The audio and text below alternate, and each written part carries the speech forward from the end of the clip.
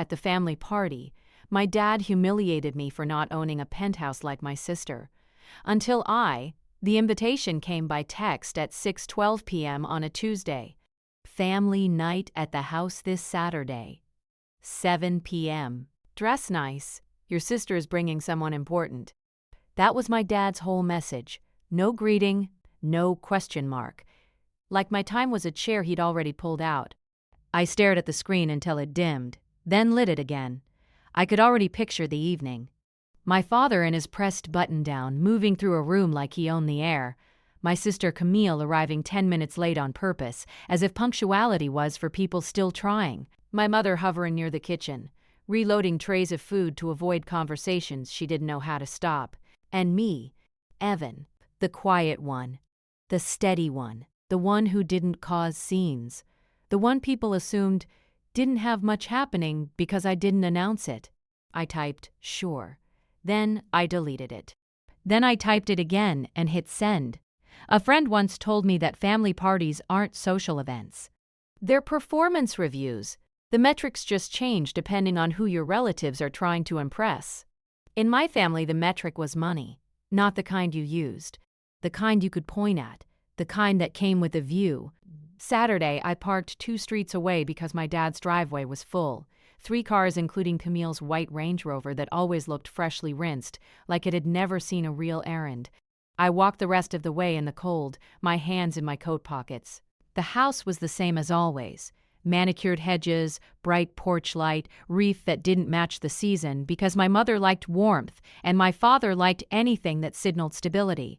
I rang the bell. My dad opened the door before the second chime like he'd been waiting with his hand on the knob. He looked me up and down.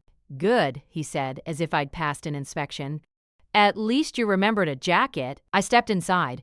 The air smelled like roasted garlic and furniture polish. From the living room, I heard Camille's voice. Light, practiced, just loud enough to carry. She was already entertaining. I'm telling you, she was saying, the penthouse wasn't even my idea. I kept saying, do we really need the private elevator? But the building manager insisted, it's standard. Someone laughed. It wasn't a spontaneous laugh. It was the kind you give when you're trying to be included. I took off my shoes and lined them neatly with the others. I didn't rush. I didn't need to prove I belonged in the room.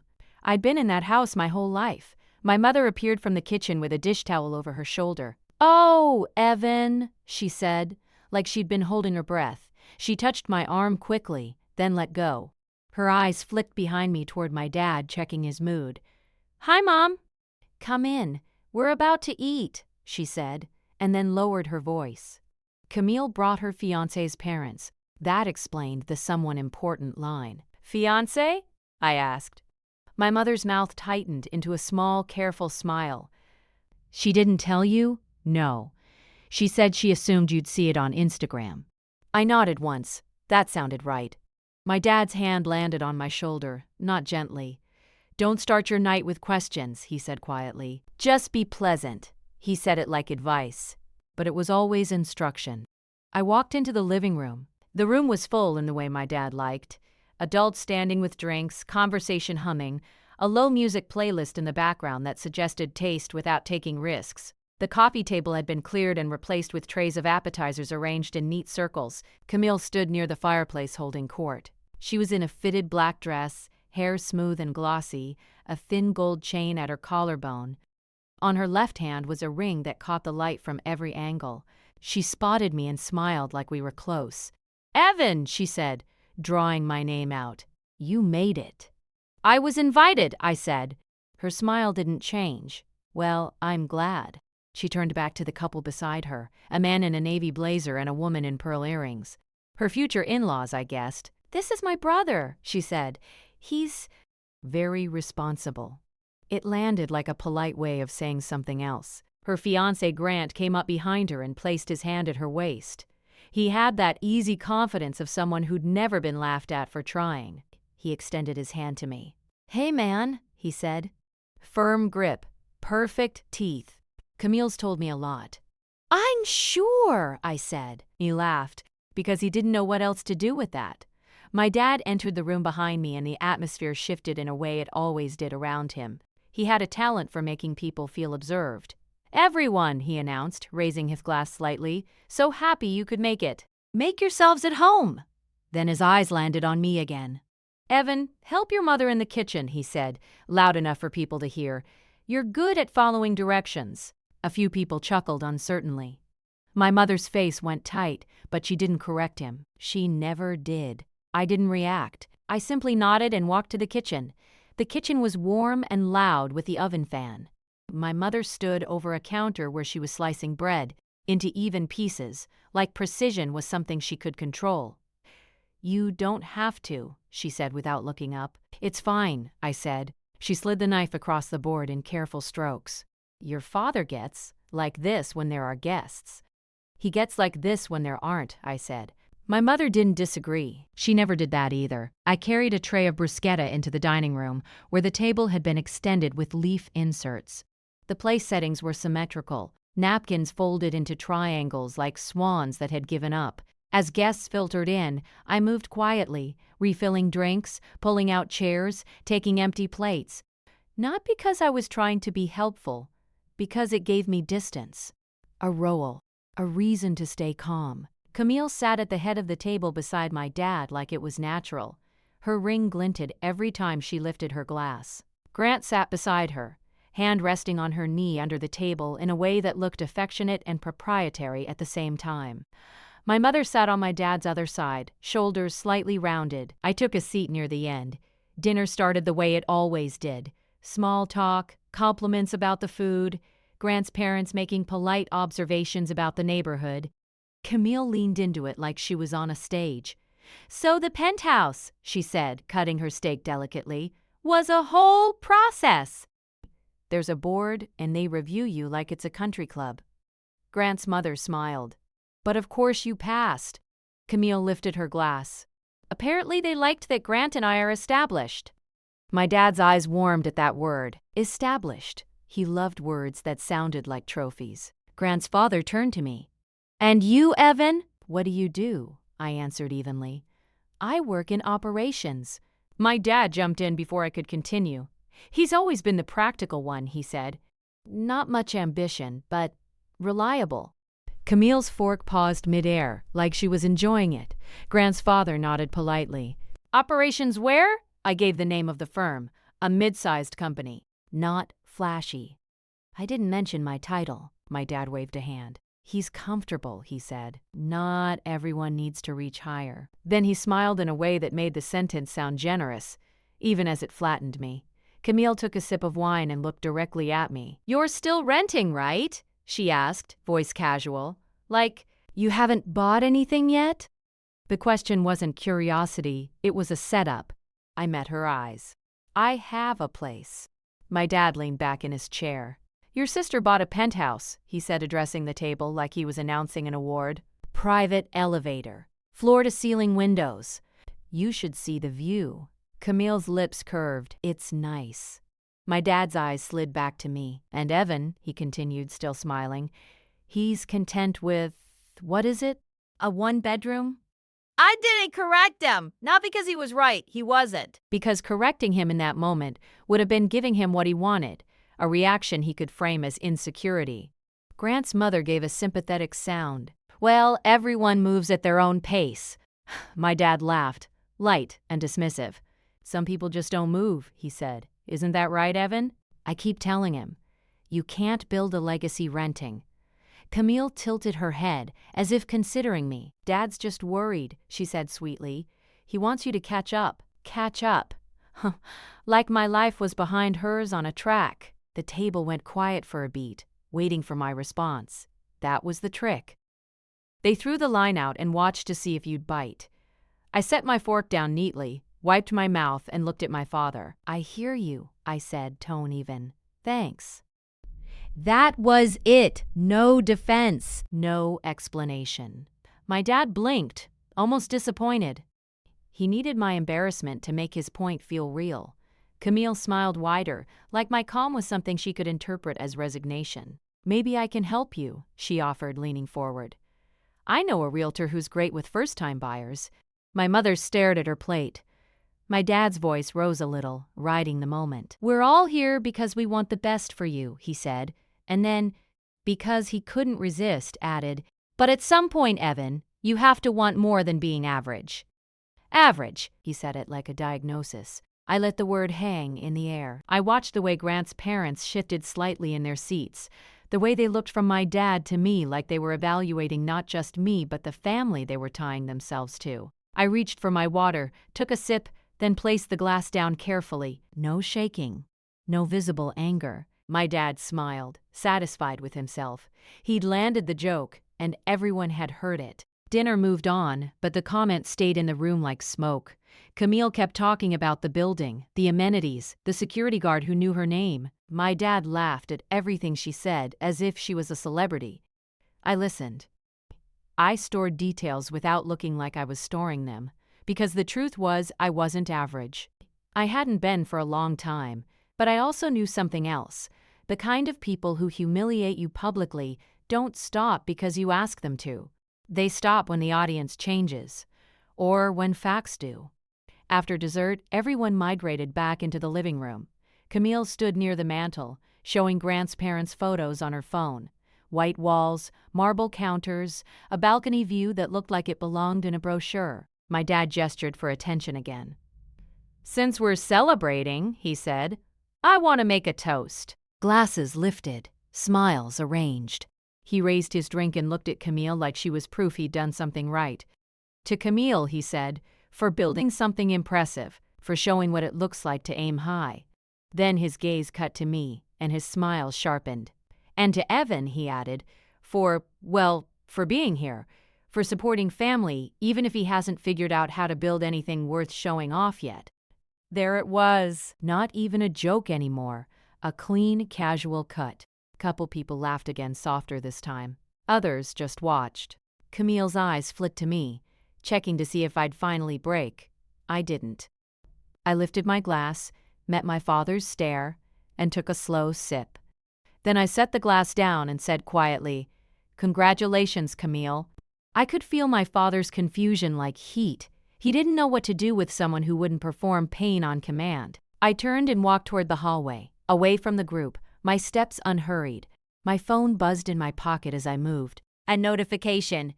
Not from family, from an email account only a handful of people knew I used. The subject line was short, specific, and it made my stomach go still. "RE, a pending documentation. Please confirm receipt by Monday." I didn't open it yet. I just stood in the dim hallway, the living room laughter behind me, and let the moment settle. Silence wasn't weakness. Silence was time, and time was exactly what I needed. I didn't leave the house immediately. That was always my advantage. I stayed long enough to be invisible again. In the hallway, I leaned against the wall and listened. My dad's voice carried warm, expansive, telling a story that centered himself without effort. Camille laughed at the right moments. Grant's parents asked questions that sounded curious, but were really calibrations. I waited until my mother passed by with empty dessert plates. "I'm heading out," I said quietly. She paused. "Already?" "It's late." She glanced toward the living room, then back at me. Her mouth opened, closed. She reached up and straightened my collar, a habit from when I was younger. "You're doing fine," she said, like she needed to believe it as much as I did. I nodded once and picked up my coat. My dad didn't notice me leave. Outside, the cold hit clean and sharp. I walked to my car, unlocked it, sat for a moment without starting the engine. The house glowed behind me, windows bright, full of people who thought they understood the story. Then I opened the email. It was from a paralegal named Mara, CC Ed, to an address I recognized immediately. An address that didn't belong to my sister. Attached are the finalized escrow statements and ownership documents as requested. Please confirm receipt. Note: due to the nature of the transfer, additional disclosures are included on pages 14 to 19. I didn't open the attachment yet either. I drove home first. My place was quiet. Not empty. Quiet. I hung my coat, poured a glass of water, and sat at my desk. Only then did I open the files. They loaded slowly, page by page. Address, dates, signatures, numbers that didn't need embellishment. The Penthouse. The one Camille had just paraded in front of everyone. The one my dad had practically toasted as proof of ambition. It wasn't hers. Not really. The deed listed a trust. The trust listed a primary contributor. The primary contributor wasn't Camille, it wasn't Grant, it wasn't even Grant's family. It was my father. I'd suspected as much. I just hadn't known how deep it went. I leaned back in my chair and closed my eyes for a moment. Not from shock, but from confirmation. The pattern clicked into place with a quiet finality. This wasn't favoritism. It was investment. Camille wasn't successful because she was capable. She was successful because my father had decided she would look that way. And he decided just as deliberately that I wouldn't. I didn't forward the email. I didn't reply. I created a folder and labeled it by date. Then I slept. Over the next few weeks, nothing changed on the surface. That was important. Camille posted photos, sunsets from the balcony, a minimalist living room with a caption about hard work paying off. My dad liked every one within minutes. At work, I stayed steady. I showed up early. I left on time. I kept my head down. And I paid attention. The more I watched, the more careless they became. Camille started referencing the penthouse in ways that assumed permanence. "Once we renovate," she said at brunch one Sunday. "Once we refinance." She talked about equity like it was a personal achievement. My dad backed her up loudly. "She negotiated well," he told anyone who would listen. "I taught her everything she knows." That wasn't true either. He'd taught her how to receive. I didn't correct him. Instead, I began documenting. Not obsessively, methodically, screenshots of posts with timestamps. Emails forwarded accidentally to the wrong address. My address, because my dad had always assumed I'd clean up after him. One of those emails was from the property management company. "Mr. Lawson," it began, "as the guarantor on the unit, please advise regarding the upcoming board review. Guarantor." I saved it. Another email came a few days later, this time from Camille to my dad. She'd forgotten to remove me from a thread we'd all been on months earlier, back when she'd needed help with something minor. "Dad, the HOA is asking again about the source of funds." "Can you just send what you sent last time? They don't need details," he replied within the hour. "Handled. Don't worry about it." I didn't reply! I didn't remove myself from the thread either. I let it keep coming. The deeper I went, the clearer the structure became. My father had created a trust 2 years earlier. He'd moved assets into it quietly.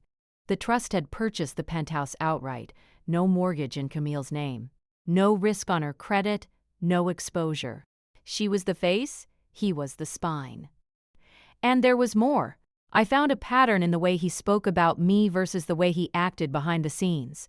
At family gatherings, he framed me as stagnant. Privately, he'd been diverting opportunities away from me for years. I found an old email, 3 years back, from a colleague of his who'd reached out after seeing my resume circulate internally. "Your son's background is impressive. If he's interested, we have an opening that would be a strong fit." My dad's reply had been short. "He's not looking to move right now." "Thanks, though." He'd never mentioned it to me. I cross-referenced dates. That email had been sent the same week Camille had quit her job to explore options. The same month he'd transferred a large sum into the trust. It wasn't accidental. It was allocation. I kept going. I pulled my credit reports. Clean. I pulled Camille's. Not clean. Multiple accounts opened and closed quickly. Authorized users. Patterns that suggested cushioning. My dad had co-signed more than once. I didn't confront anyone. I didn't ask questions. I attended another family dinner 2 weeks later. Smaller. No guests. Camille talked about hosting an engagement party in the penthouse. "It's perfect for entertaining," she said. "Everyone will finally see it in person." My dad beamed. "It'll be a statement." He looked at me. "You should come early," he added. "Help set up. You're good at logistics." I smiled faintly. "Sure." He mistook that for agreement. It wasn't. It was timing. At work, something shifted. A senior partner pulled me aside after a meeting. "Did you ever consider applying for the director role?" she asked. "I wasn't aware it was open," I said. "It's been open for a while," she replied. "We assumed you knew." I didn't say anything. I didn't need to. She studied my face for a second longer than necessary. "Apply," she said, "formally." I did. The interview process moved quickly. My performance reviews spoke for themselves. The offer came with a start date and a confidentiality clause. I signed it and added the document to my folder. The folder was getting heavy. Camille announced the engagement party officially a week later. Invitations went out digitally, with a photo of the penthouse view at sunset. My dad forwarded the invite to me with a message. "Make sure you're there. This is important for the family," I replied with a single word. "Of course." 2 days before the party, another email came in. This one wasn't meant for me at all. It was from the bank. "Mr. Kurub demands to say it was the best ever. Took fifth and decided to die of the death itself. Oh, I know this man. Lawson, per your request, we've attached the updated account statements reflecting the recent transfer. Please note, the funds originated from the liquidation of asset number 4731. As discussed, this may have tax implications if disclosed. Asset number 4731. I searched my files. Asset number 40731 was something my father had once mentioned casually, years ago, when he joked about selling off old things. It was a property. One he'd told my mother he'd sold to cover medical expenses when she was sick. He hadn't. He'd sold it to buy Camille a penthouse. I sat very still after that, not angry, not surprised. Clear. This wasn't about money anymore. It wasn't even about favoritism. It was about narrative control. My father needed Camille to look successful. He needed me to look small. The contrast fed something in him that had nothing to do with either of us, and he'd been willing to rewrite reality to maintain it. The engagement party loomed on the calendar. Guests confirmed. The building's common room was booked as overflow. A photographer was hired. Camille posted a countdown. 3 days until we celebrate love and hard work, she wrote. I didn't like the post. Instead, I opened my folder and reviewed what I had. Screenshots, emails, statements, the trust documents, the guarantor emails, the bank transfer, the asset liquidation. And then I found the one thing I hadn't been looking for, but needed. A recorded voicemail. It was old, buried in a backup I'd nearly forgotten about, from my father, left on my phone years ago after I'd asked him, once, why Camille always seemed to land on her feet while I had to fight for ground. His voice was tired, unfiltered. You don't need help, he'd said. You're capable. Camille needs the push. She represents us. You don't. I listened to it twice. Then I saved it in 3 places. That was the key receipt, because it wasn't just proof of money. It was proof of intent, and the party was in 48 hours. The engagement party was scheduled for Saturday at 6. Camille called me that morning, which was unusual. She preferred text, clean, documented, controllable. Can you get there early? She asked. No greeting. The caterers are being weird about access. What time? I said. 4. Dad said. You'd help. I can be there, I said. She exhaled, relieved. Good. And Evan? Yes. Try to look presentable. A lot of people are coming. Investors. Friends. Grant's boss. I understand, I said. She hung up without saying goodbye. I arrived at the building at 3:52. The penthouse towered above the street like it wanted to be seen. Glass facade, doorman in a tailored coat, a discreet sign with the building's name etched in metal. Inside, the lobby smelled like eucalyptus and money that never touched cash. The doorman checked my name against a list, then nodded. Private elevator, he said, gesturing. I stepped inside alone. The doors closed silently. The ascent was smooth, uninterrupted, no buttons except one. When the doors opened, I was looking straight into Camille's living room. It was exactly like the photos.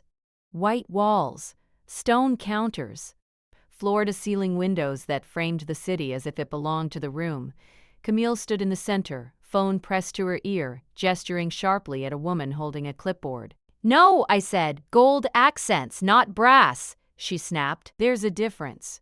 She saw me and covered the phone. Good, she said. You're here. I nodded and took off my coat. What do you need? She handed me a printed seating chart. Figure out where to put these people, she said. Dad wants the board members near the windows. Which board? I asked. She hesitated. Just a fraction. The building, she said. Obviously. I didn't comment. I walked the space slowly, noting where the photographer was setting up, where the caterers were unloading trays, where the sound system had been placed. I noted the open doors, the angles, the sight lines. My dad arrived at 4:30, already in host mode. He clapped his hands once. "This looks incredible," he said, scanning the room like a general reviewing troops. Camille smiled tightly. "It will!"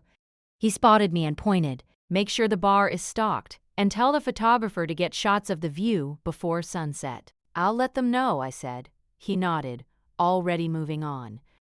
By 5, the penthouse was ready, candles lit, music low. The city outside began to glow. Guests arrived in waves. Grant's colleagues, Camille's friends, my dad's acquaintances, people who knew him as confident, generous, successful, people who'd never seen him contradicted. Camille floated arm linked with Grant, ring flashing. My dad hovered near the windows, telling anyone who paused how proud he was. I stayed near the edge, helpful, quiet. At 6:15, Camille tapped a glass lightly.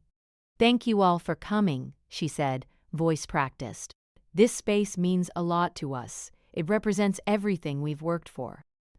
Applause followed. Phones lifted. My dad beamed. "Before we eat," he said, stepping forward. "I want to say something," said Tech Doctor.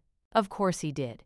"This home," he continued, gesturing around, "is a testament to ambition, to setting goals and achieving them.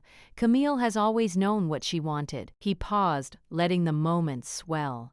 "And I think it's important for family to see what that looks like." His eyes found me in the crowd. "Some people take longer," he said. "Some people are comfortable staying in the background. But nights like this remind us what's possible." There were murmurs, smiles. "It sounds like..." A few glances in my direction. I didn't move. Camille's smile flickered, then steadied. She hadn't expected him to bring me into it again, but she didn't stop him. The photographer snapped photos. The moment was being documented from multiple angles. That was when I took a step forward, not into the center, just enough to be seen. "I'd like to add something," I said. The room stilled. My dad turned, surprised. He hadn't planned for me to speak. That was clear. "This isn't the program," he said lightly. "We'll get to speeches later. It won't take long," I said. Camille's eyes narrowed slightly. "Evan, I think it's worth clarifying something," I continued, voice even, "since this evening is about transparency and achievement." A few guests shifted. Phones stayed up. My dad's smile tightened. "Now's not the time." "It is," I said. I reached into my jacket pocket and took out my phone. "I've been hearing a lot about ownership," I said, "about hard work, about building." I tapped the screen once, so I thought it might be helpful to share some context. Camille took a step toward me. "What are you doing?" Adding context, I said. I connected my phone to the screen Camille had set up earlier for a slideshow. She'd been so proud of it she'd insisted it be ready. The first document appeared. A clean, official page. The deed. I didn't explain it. I didn't need to. The names were clear. A trust, my father's name, dates. The room went silent in a way that felt physical. My dad stared at the screen, then at me. "Turn that off," he said quietly. I didn't. I swiped. The next slide, the email from the property management company. The word guarantor highlighted. A murmur rippled through the room. Grant's mother leaned forward, squinting. Camille's face strained of color. "This is private," my dad said. His voice was low now, controlled. "You don't understand what you're showing." "I do," I said. I swiped again. The bank statement. "The transfer. The asset liquidation." I let it sit for a full 10 seconds. No commentary. No accusation. Just facts. Someone near the back whispered, "Is that?" Camille shook her head. "This is a misunderstanding." I swiped again. The voicemail transcript appeared on the screen. Not the audio yet, just the words. "She represents us. You don't." My dad's face went still, not angry, calculating. "Evan," he said, stepping toward me, "you're embarrassing yourself." I looked at him. calm, direct. I haven't raised my voice, I said. I haven't called anyone names. I'm just sharing information that's already documented. Camille turned to Grant, frantic. You know this isn't how it looks! Grant didn't answer. He was staring at the screen. Phones were still recording. I hovered my thumb over the last file. The audio. I didn't play it yet. I looked around the room, at the guests, at the people my dad cared about impressing, at the witnesses he'd never imagined would hear this. This party was meant to show what ambition looks like, I said. I agree. I met my father's eyes again. So before we continue, I added, I think everyone deserves to know whose ambition they're actually celebrating. And then I pressed play. The room didn't react all at once. That was the strange part. There was no collective gasp, no dramatic outburst, just a gradual collapse of noise, like air leaking from a sealed space. My father's voice filled the penthouse speakers, older, unguarded, unmistakable. You don't need help. You're capable. Camille needs the push. She represents us. You don't. The words echoed once, then faded. I let the silence sit. Camille was the first to move. She reached for the remote, fumbled, then looked at my dad like he could reverse physics. That was years ago, she said quickly. He didn't mean. My father raised a hand. Not to comfort her, to stop her. Turn that off, he said to me, still trying to sound like the room belonged to him. I picked up the remote and muted the system, not because he asked, because the point had landed. No one was looking at the screen anymore. They were looking at him. Grant's father cleared his throat. So just to be clear, he said carefully, the property is owned by a trust you control? My dad straightened his shoulders. That's not unusual. Asset protection. And Camille doesn't hold title, Grant's father continued. Camille opened her mouth again. Grant placed a hand on her arm, not gently. My dad hesitated. That fraction of a second was enough. No, Grant said. It wasn't a question. The photographer lowered his camera. Grant's mother glanced around the room, then back at Camille. You told us you purchased it. Camille's voice dropped. I live here. That wasn't the question, Grant's mother said. The room shifted. Conversations broke off into small, urgent clusters. Phones were no longer pointed at the windows. They were pointed inward. My dad tried to regain footing. This is a family matter, he said louder now. Evan has always had issues with resentment. I didn't respond. I didn't need to. Mara, the paralegal, had warned me about this moment. About the instinct to spin. About how people reveal themselves when facts stop cooperating. Grant stepped back from Camille just slightly. You said this was your achievement, he said. You said it represented your independence. It does, Camille insisted. I curated everything. I manage. Camille, he said, cutting her off. Did you know your father sold a property he claimed was gone years ago to fund this? Her head snapped toward my dad. What? She asked. That was the first real crack. My dad's jaw tightened. That's irrelevant. Camille stared at him. You told Mom you sold that place for her treatments. My mother, who had been standing near the bar, froze. Slowly, she looked up. What? She said. No one answered her at first. Then Grant's mother spoke again, quieter now. I think we should take a pause. That was the beginning of the end. The guests didn't leave immediately. They lingered, pretending to check messages, murmuring excuses, but the energy was gone. The penthouse felt suddenly smaller, the view less impressive, without admiration to reflect it. Grant's parents left first. Grant followed them. Camille didn't chase him. She stood in the center of the room, arms folded tightly, staring at the floor like it might explain itself. My dad walked toward me. This was unnecessary, he said through clenched teeth. You could have talked to me privately. I met his eyes. I did, I said. Years ago, he scoffed. You've always taken things personally. I didn't take it personally, I said. I documented it. That stopped him. My mother approached slowly. Is it true? She asked him. About the property? He didn't answer right away. That was answer enough. Her face changed, not dramatically, just a subtle settling, like something heavy finally finding the ground. I need air, she said.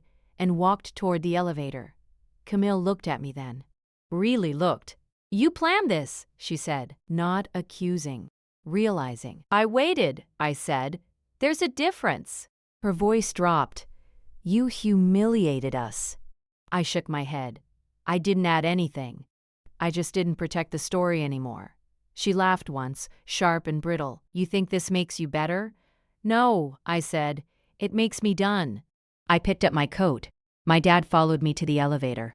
"You've burned a bridge," he said. "You don't come back from this." "I'm not trying to," I said. The elevator doors closed between us. I didn't hear from him for weeks. What I did hear came through other channels. The building's board requested clarification about the trust. Grant's family postponed the engagement indefinitely. Camille went quiet online. The Penthouse photos stopped.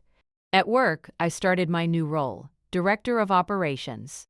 Same building, different floor, more responsibility, less noise. I didn't post about it. My mother called one evening.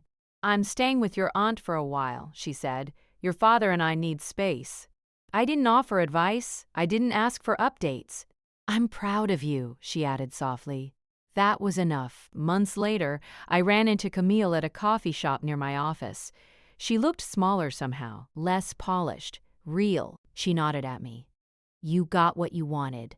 I considered that. "No," I said. "I got what I needed." She didn't argue. I left first. I don't attend family parties anymore. I don't explain my choices. I don't compete with curated success. I live in a place I chose, on terms I understand, with boundaries that don't require witnesses to exist. The Penthouse still stands above the city, but it's just glass and concrete now, and for the first time, I don't feel like I'm looking up.